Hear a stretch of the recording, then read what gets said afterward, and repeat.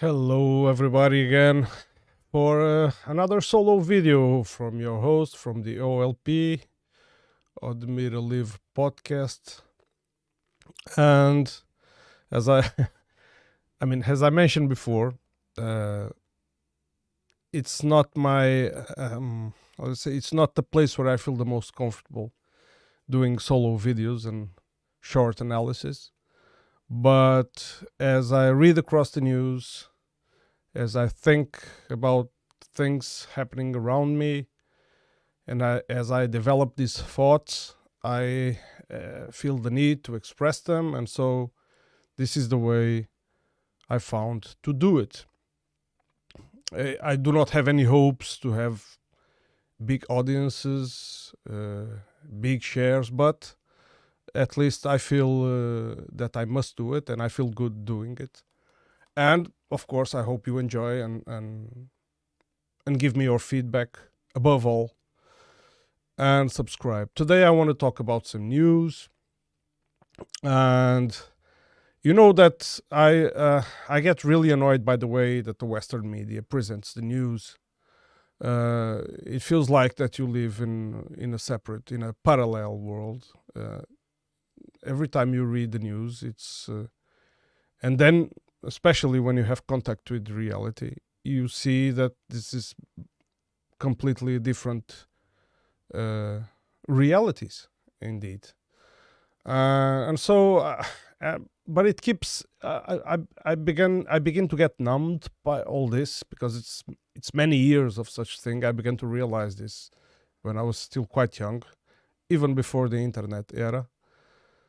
But I still, I keep getting astonished. I don't know if that's the correct word, but surprised at least with the news I read about the current subjects. And today I want to address the conflict freeze in Ukraine.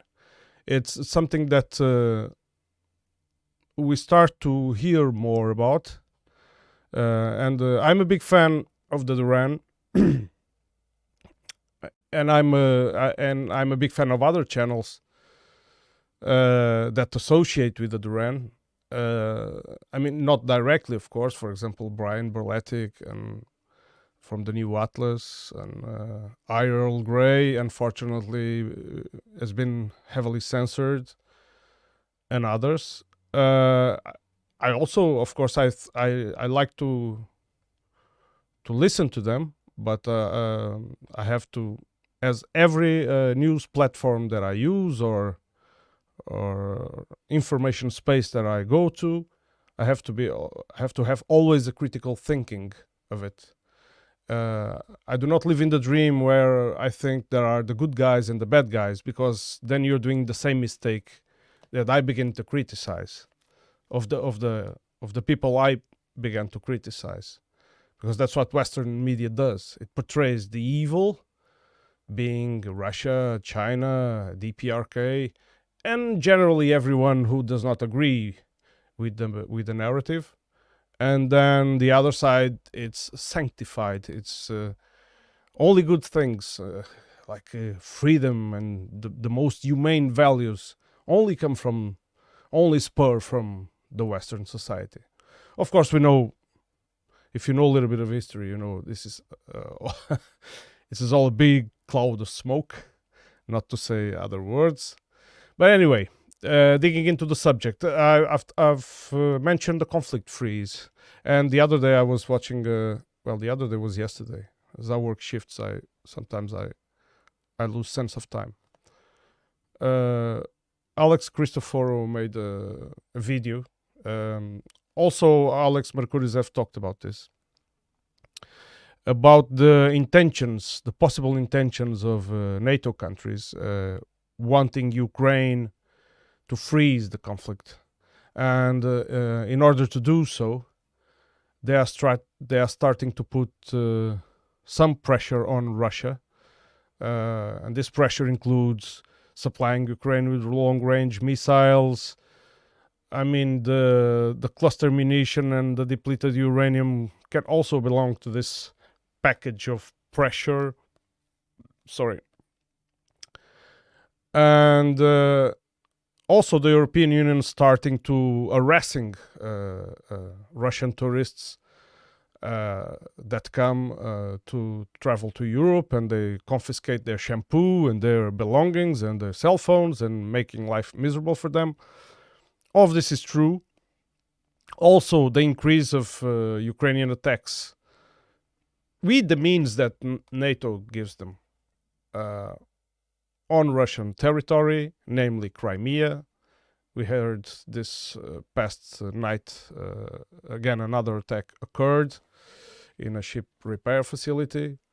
And all of this, Alex was mentioning that some of these things belong to a package that is intended to mount pressure on Russia to accept the freezing of the conflict. Of course, he goes on to mention that Ukraine also has to be pressured to be to freeze the conflict, because Zelensky has a lot of internal pressure from the radical side. Let's just name it that, the radical side inside Ukraine.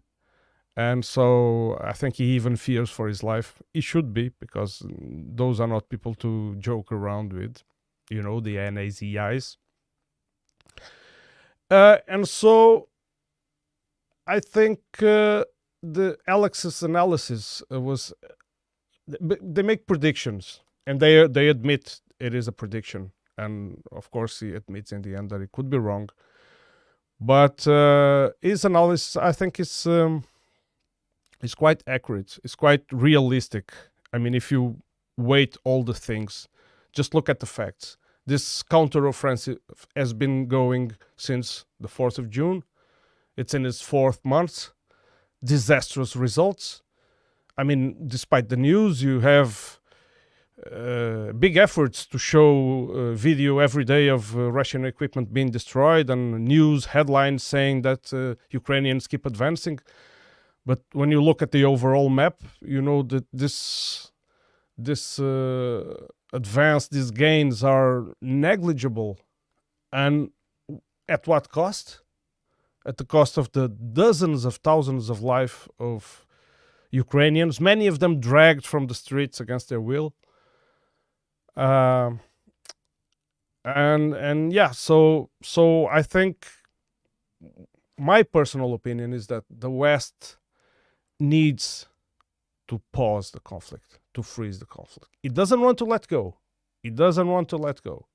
This is my opinion. And it won't let go, because it still believes that it is weakening Russia, and that the coalition of all these countries, this American empire, together, as time goes on, they think they can really put down Russia again. And the ultimate goal is regime change, as you all know if you've been following this and following the same channels as I do.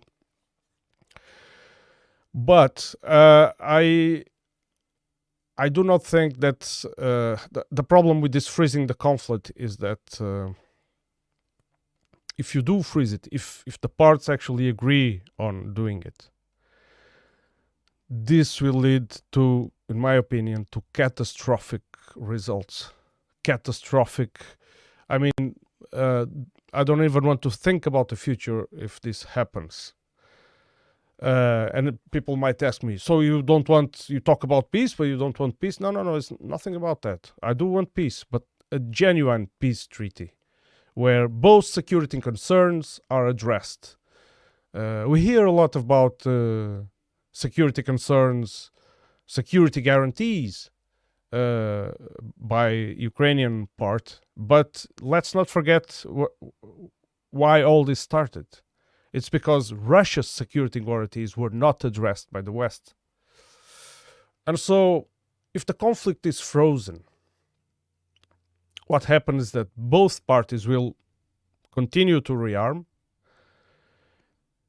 There will be a huge injection of weapons and military means to Ukraine and all types of assistance. I mean, Ukraine is as you all know, it's connected to the life support machines of the Western economy.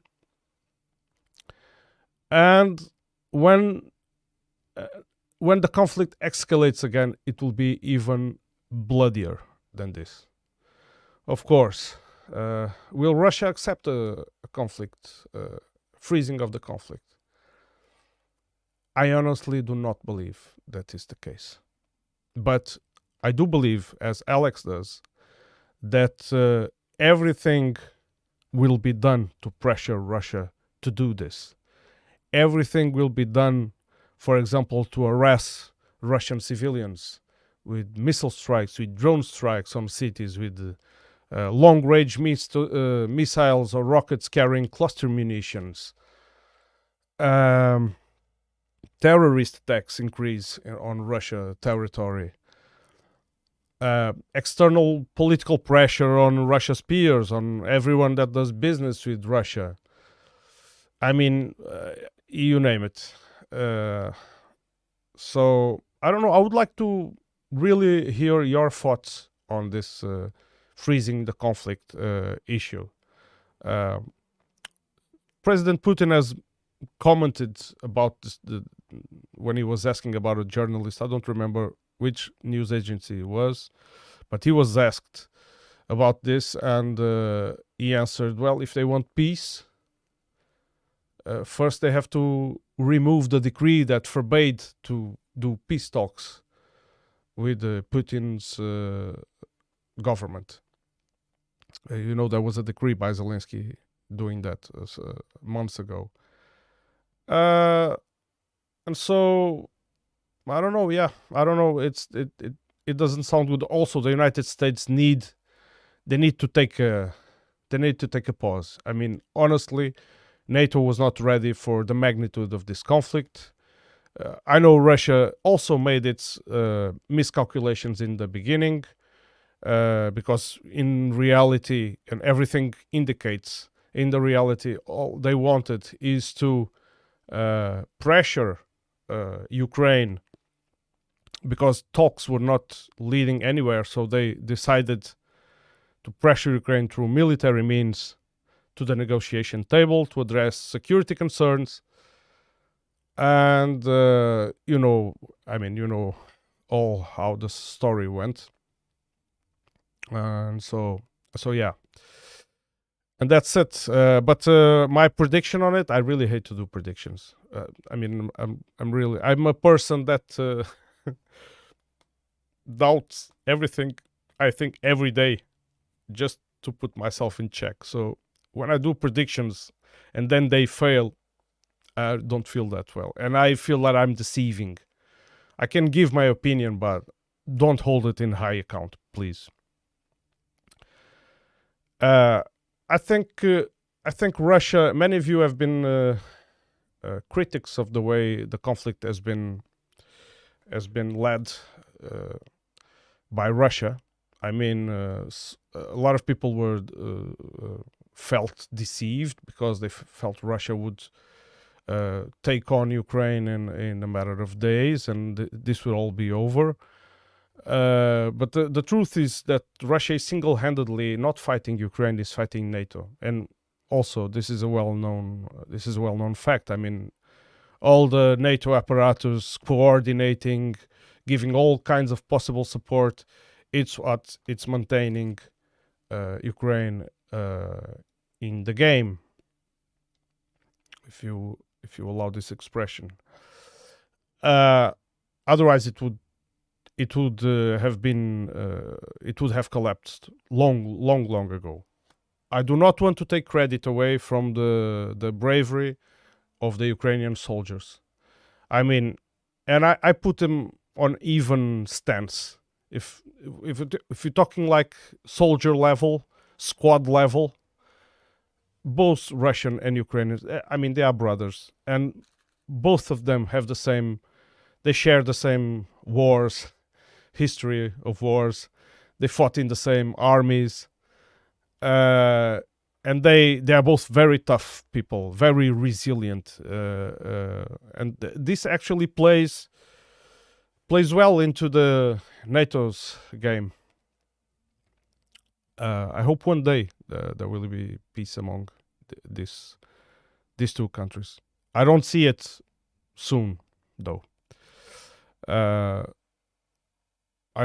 mean, I really do not see, other than if Ukraine keeps going the direction with the government in place, with the internal social groups dominating the society and the narrative, and I mean, they you know, inside Ukraine, forbidding Russian language, forbidding parties. This is never a government that it's gonna build any friendly relations with this neighboring country, Russia. Anyway, predictions? No, I don't know. I really don't know. One thing I do strongly believe is Russia is not going to lose the conflict. I really do not believe that. I think Russia is when it's fighting like this, it's like containing its strength. This has a lot of internal critics from the hardliners in Russia, but I think Russia is preparing for a bigger thing, and that is why I mean, it looks like, and I think it actually is, they are sparing a lot of strength. They don't want to put all cards on the table because they know that at some point they have to face NATO. Because, as you well know, NATO is amassing troops on Russia's border, so which extends for hundreds of kilometers. Okay, the other subject I wanted to talk about was Libya. As you know, recent natural events led to humanitarian catastrophe in Libya. Catastrophe in Libya. And then I was reading the news about it again, and this one made me a little bit angry, to say the least, because the way that the Western news portrays the events. And these are natural occurrence events, but let me just make a small introduction and show you a small video. And then we'll discuss the recent news. Well, let me see. So we got this, and yeah. Secretary Clinton, one question on foreign policy. You are described in a recent acclaimed book by Mark Landler as being the, quote, house hawk in the Clinton war cabinet. And we know that you, and you've talked about this, you encouraged the president to intervene in Libya in 2011. Recently, President Obama said his worst mistake in office was probably failing to plan for the day after what he thought was the right thing to do in intervening there. How do you see your responsibility in that? Well, first of all, it's important to remember where we were and why the president made the decision he did, because this was a presidential decision. I've advised the president. Sometimes he follows my advice. Sometimes he doesn't. Sometimes he uses a combination of what he hears from his advisors. We were looking at a potential disaster as Gaddafi threatened to massacre large numbers of his population. So, potential disaster. This interview was done in 2016, by the way. Potential disaster as Gaddafi was threatening to massacre his population. This makes me speechless, because it's all the things are very obvious. I mean, have you looked at Libya recently? Have you looked at Libya since the NATO intervention over there? Have you compared it with Gaddafi's Libya? I mean, again, this hypocrisy from the United States government, it's appalling. It's disgusting, actually. And every time I hear someone saying that the recent conflict is between freedom and autocracy and dictatorship, it's just it makes me nauseous, to be honest. Let's listen to it a little bit more. The Europeans, our Arab allies, were urging us to help them to try to prevent that. After due diligence, we came up with a way of supporting their efforts that did not cost a single American life. And we saved a lot of Libyan lives. Now, could we have done more? You saved a lot of Libyan lives, all right. I mean, you know, if you recall these events in 2011, so what happened was a color revolution. Radical Islamic groups supported by the United States, uprising, and then, of course, Gaddafi government responded, and it actually overran them, and it was in the position to quell this Western-sponsored rebellion. And what happened next was, seeing this, the Western powers did not remain idle and declared a no-fly zone, and this was done with the pretext of protecting civilian areas. But what they did was they toppled the Gaddafi's air force so they invaded the sovereign space of Libya and prevented it from use the air force to combat these militants. And therefore, they helped the militants to throw down and eventually assassinate Gaddafi, and leaving Libya where it is now. After the Gaddafi regime was ended, well, that's always second guessing, and I'm sure that there's more we could have done. But let's look at what we did do. We, along with the UN and others, helped to superintend 2 free and fair elections, something that is still quite an accomplishment by the Libyan people. They chose moderate leaders. Unfortunately, moderate leaders. Libya has been reported to be an open-air market for slavery. I mean, we can discuss slavery and the concept of slavery, etc., but this is like old-fashioned slavery. People market is people being sold, people being trafficked. This is an unending misery. This is a country that dived in chaos because of this intervention that this lady promoted. Existing rivalries within the country has prevented the government from really being able to act on behalf of the nation. So, of course, if there were more things to be done that we could have influenced, I think that's something we should be looking at and evaluating. Okay, enough of that. Why did I bring this up?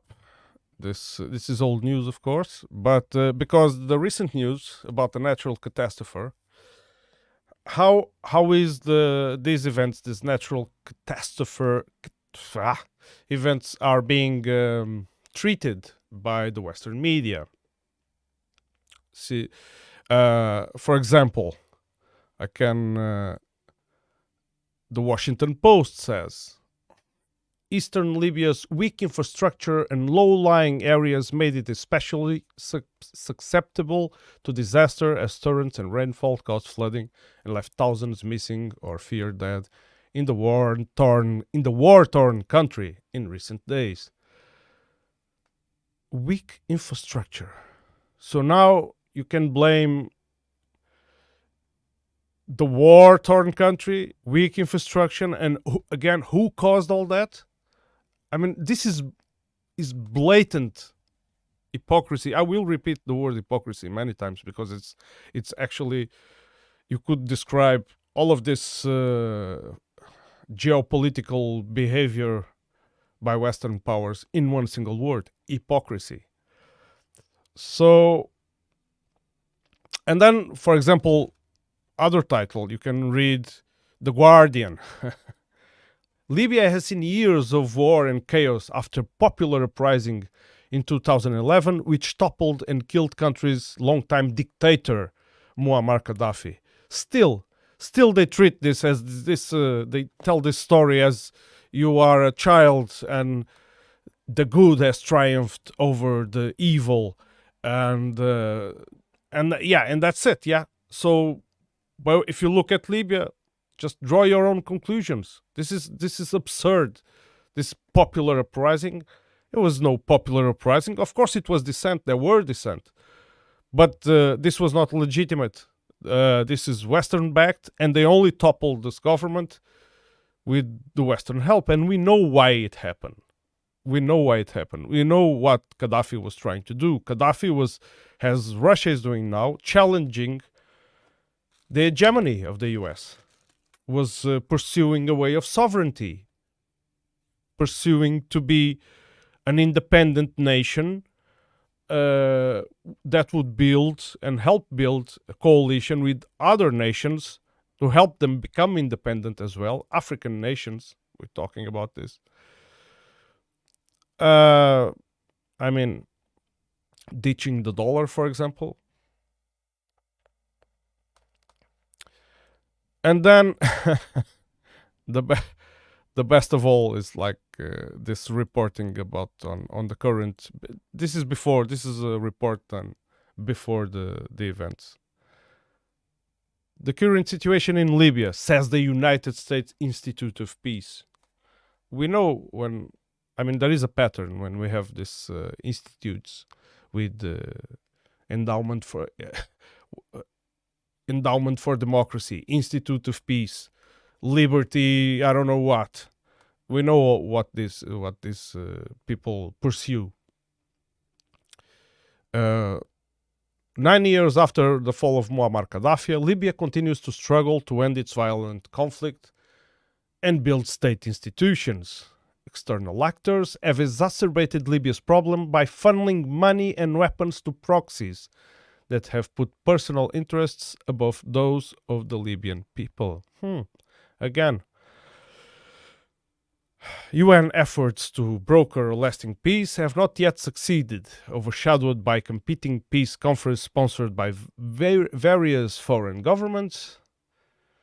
Meanwhile, Libya's borders remain porous, particularly in the southern Fezzan, facilitating an increase in trafficking and smuggling of illicit materials, including weapons. They don't mention people. And I wonder why. And then you can... Not gonna go much further on this subject. I think I made my point. But I just wanted to say that before Libya immersed into chaos, the United Nations Development Program 2010 considered that Libya a high development country in the Middle East and North Africa. This translated status meant a literacy rate of 88.4% and a life expectancy of 74.5 years, gender equality, among several other positive indicators. This is from the UN in 2010. So this was the dictator that United States and the West had to topple. Again, hypocrisy. Okay, moving on, because I feel that this video is getting a little bit longer. I just want to comment briefly on the visit of the leader of North Korea to Russia, and there's been a lot of speculation. And I just wanted to say, above all, that's actually what it is. It is speculation. No one knows for sure what is being discussed. It has not been published. It has not been presented. So everything is good for speculation. I mean, this is a few months ago, a Secret Service report from the US was saying that North Korea was supplying weapons to Russia. I just want to give my opinion here. I do not think that Russia needs North Korean weapons. They mentioned especially the 152 millimeter ammunitions, because North Korea arsenal has a lot of similarities to Russian arsenal. This is due to Soviet weapons development and a little bit of history there. You can research it yourself. But if I was Russia, I would not trust the quality of the 152 millimeter ammunition that have been stocked for 70 years or for 50 years or 70 years or even 30 or 40 years in North Korea. But as I said, I do not think this is the goal.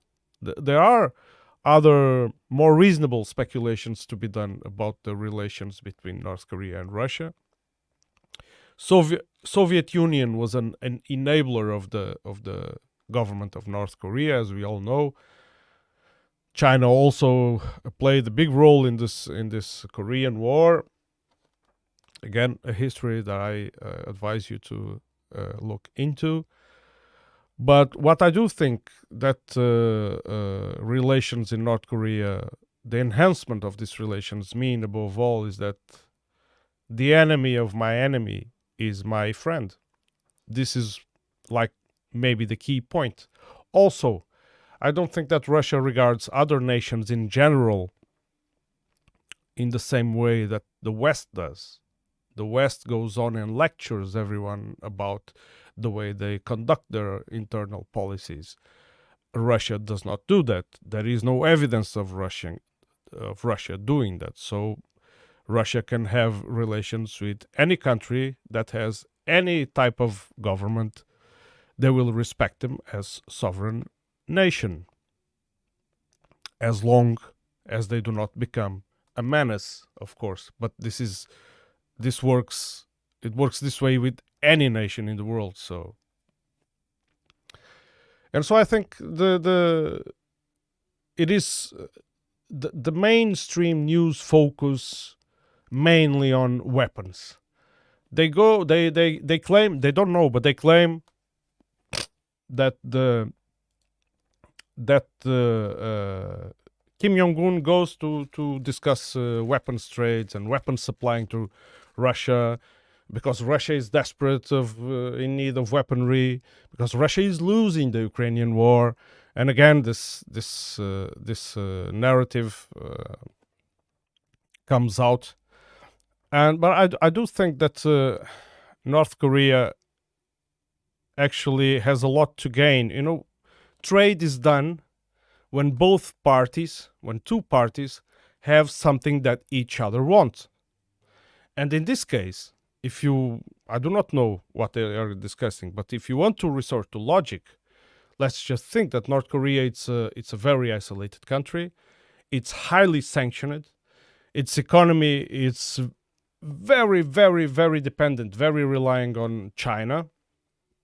So first of all, it would be nice to diversify the sources of support to his economy. And Russia has two things that North Korea desperately needs, and one of them is oil, fuel, energy, and the other one is food, because Russia is a major food exporter. And these two factors alone would contribute largely to a boost in North Korea economy. On the other hand, what does North Korea have to offer to Russia? Well, first of all, the political influence in the Korean Peninsula is always it's an important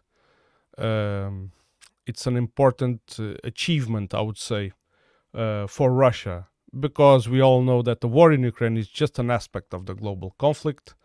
Things have been heating up in Far Asia as well, and so the influence in the North Korean peninsula, the increasing friendship with China. It's logic that the strengthening of these ties would be beneficial in. I don't want to think about conflict, but at least in this standoff. Also, North Korea develops a lot of weapons. That cooperation is, I mean, it's logical also to assume that can be cooperation in that field as well. But this is, the thing is that this is treated by the Western media as a very evil thing to do. And I mean, the United States go around supplying weapons to the most radical and vile groups to topple democratic governments. No one gets angry about, or no one gets, I see no indignation about it in the society.